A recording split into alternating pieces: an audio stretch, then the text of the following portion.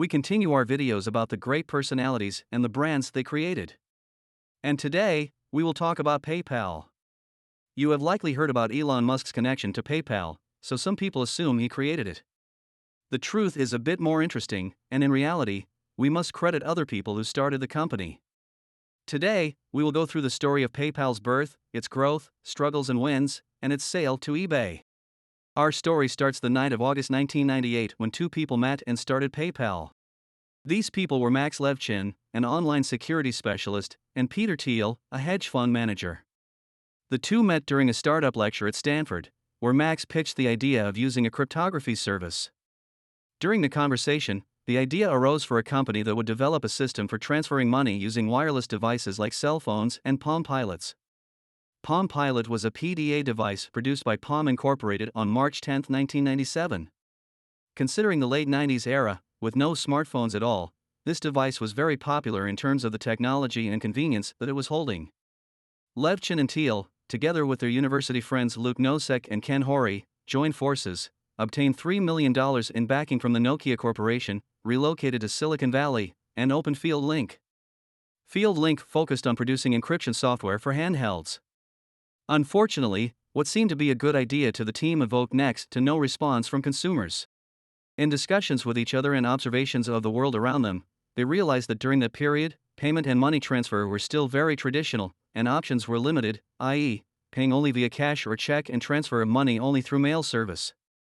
In 1999, they changed the name to Confinity, a fusion of two independent terms, confidence and infinity. Confinity developed the first version of the PayPal payment system, a service to transform digital payments, preferably with or without the help of Palm Pilot. At first, they thought about sending money using email, but this idea was rejected. The team devised a trick: PayPal users could send money to people not yet registered in the system. To receive the money, it was necessary to register. This trick made it possible to increase the audience of the project quickly. Concerning the marketing strategies, they offered $10 to everyone for signing up and $10 for referrals. PayPal was created back in the days when the prospects for using the internet for commerce and sending international bank payments were far from obvious. Nevertheless, the business idea of the payment system turned out to be so well implemented that the company has grown to 220 people. Even though the electronic payment market was underdeveloped then, PayPal still had competitors. Such important advantages as a low commission percentage and complete security helped PayPal successfully battle the competition. The system's security also shielded PayPal from possible problems like account hacking and theft of funds. However, at about the same time as Levchin and Thiel developed PayPal, an entrepreneur named Elon Musk came into play. So this is an ATM, and what we're going to do is transform the traditional banking industry. I do not fit the picture of a banker. X.com, this is Julie. He had a very similar idea to that of PayPal. However, he wanted to take the idea further and evolve the digital payment and transfer system into an end-to-end digital bank. By February 1999, Elon sold his first startup, Zip2, to Compaq for $307 million, in which his share was $22 million. With these funds, he quickly started working on his new idea and, within a month, founded X.com with his business partner Greg Curry. The goal of X.com was to facilitate digital banking, which Elon always wanted to develop. X.com was proving a success as within the first month, it signed up over 200,000 users and even became a licensed bank with a partnership with Barclays. X.com had all the features of a normal bank, and on top, they were also offering person-to-person digital payment.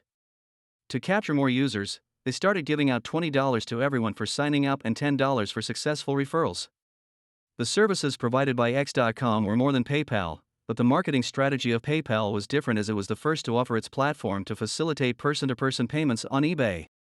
At the end of the 20th century, eBay, founded in 1995, had already grown into a massive online company. At the end of 2000, it had 22.5 million users, a quarterly revenue of $134 million, and close to 1 million auctions daily. The last figure of 1 million auctions a day is a big pie for any company engaged in the person-to-person payments. This means 1 million transactions per day, potentially getting 22.5 million users for your online payment system. Both X.com and PayPal were working with eBay to have their payment platforms offered to facilitate person-to-person payments. PayPal was the first to start leveraging the eBay platform for the person-to-person payment service and had very good penetration. In late 1999, the battle became a battle royale when eBay acquired BillPoint, a credit card processing company. The idea behind this acquisition was to keep everything in-house for eBay rather than letting side companies take a cut. However, by the time eBay worked through the acquisition and integration of BillPoint into its website, PayPal rapidly became popular with eBay's customers. It has already built a large base of loyal customers who preferred the brand they got used to and trusted. Since eBay started its person-to-person payment service after acquiring BillPoint, X.com and PayPal merged in March 2000 under the name of X.com and the service name of PayPal. Although the founders of the companies competed for the same areas of development, over time, they realized that together they would achieve better results. After the merger, the company's main focus became the service of auctions on eBay. BillPoint and eBay spent much of the next 2 years trying to overtake PayPal with mixed results. In July 2002, eBay's CEO Meg Whitman finally gave up on BillPoint and agreed to the acquisition of PayPal. When the deal was closed in October 2002, eBay began phasing out BillPoint. The shutdown of BillPoint was completed in early 2003. After the merger of PayPal and X.com, Peter Thiel became the chief financial officer, Elon Musk became the chairman, Max Levchin became the chief technical officer, David Sachs joined PayPal as chief operating officer, and the company hired Bill Harris as the CEO. However, very soon after Bill Harris became the CEO of PayPal, Musk and Bill Harris disagreed about the potential future success of the money transfer business. Harris left the company in May 2000, just a few months after joining the team. Elon became the CEO, and Peter Thiel became the chairman. Despite the developed corporate culture, the founders could not reconcile some aspects. For example, Musk was adamant about removing the word PayPal and wanted to call the company and the service X.com as he had paid $1 million for the domain. David Sachs was against this change, and research showed clients liked the PayPal name more. The team also could not agree on the technical infrastructure. Here Levchin favored the open architecture of Linux, while Musk favored Microsoft. It all ended in a conspiracy. While Musk was away, he was removed from his post, and Thiel became CEO instead. In general, this did not prevent further employee relations in the company, where everyone knew each other personally. Elon Musk was still the biggest shareholder and was focused on the company's overall success. The company was renamed PayPal in June 2001, and Musk gave up on X.com name.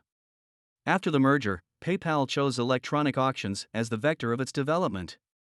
With eBay giving up on its person-to-person payment solution, PayPal had no competition. PayPal was actively developed and was quickly growing its revenues. Growing revenues and a vast market always get interest from investors, and in 2001 the company decided to list on the stock exchange.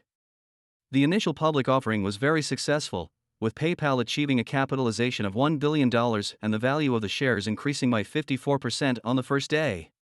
By that time, more than 70% of all eBay auctions and over one-fourth of all its transactions were conducted using PayPal.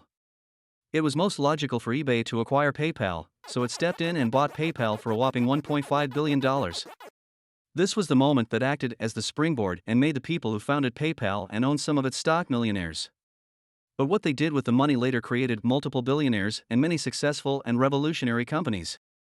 Thanks to eBay, the scope of PayPal's presence expanded to 190 countries, and the payment system could serve 24 types of currency. But in 2015, PayPal and eBay parted ways because PayPal got bigger than eBay. From that moment, the companies operated as corporations independent of each other. Since the companies separated, PayPal has continued to grow its business and has reached a market capitalization of 3 times that of eBay. This was achieved through a series of partnerships and acquisitions.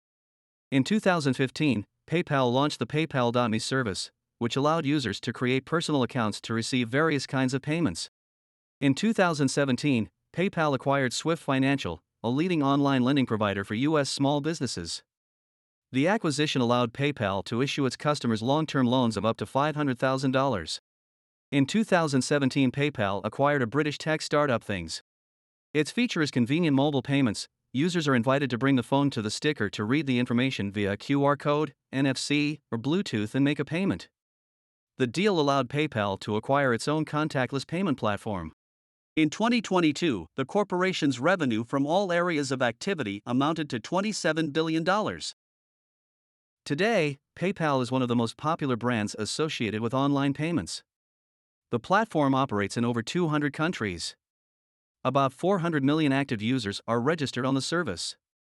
And the number of sites cooperating with the PayPal payment system has long exceeded 1.5 million. On average, 41 million transactions are made daily on the PayPal service. The service handles more than 20% of online transactions in the United States. In the European region, the United Kingdom and Germany lead by the number of active PayPal users. The number of users is steadily growing. In 2022, its revenues amounted to $27 billion. The same year, eBay's revenue was a mere $9.6 billion. PayPal will not slow down as it continues to build a loyal audience across the globe, and apparently, this brand, with more than 20 years of history, will continue to conquer its market segment. But what happened to the team who built PayPal?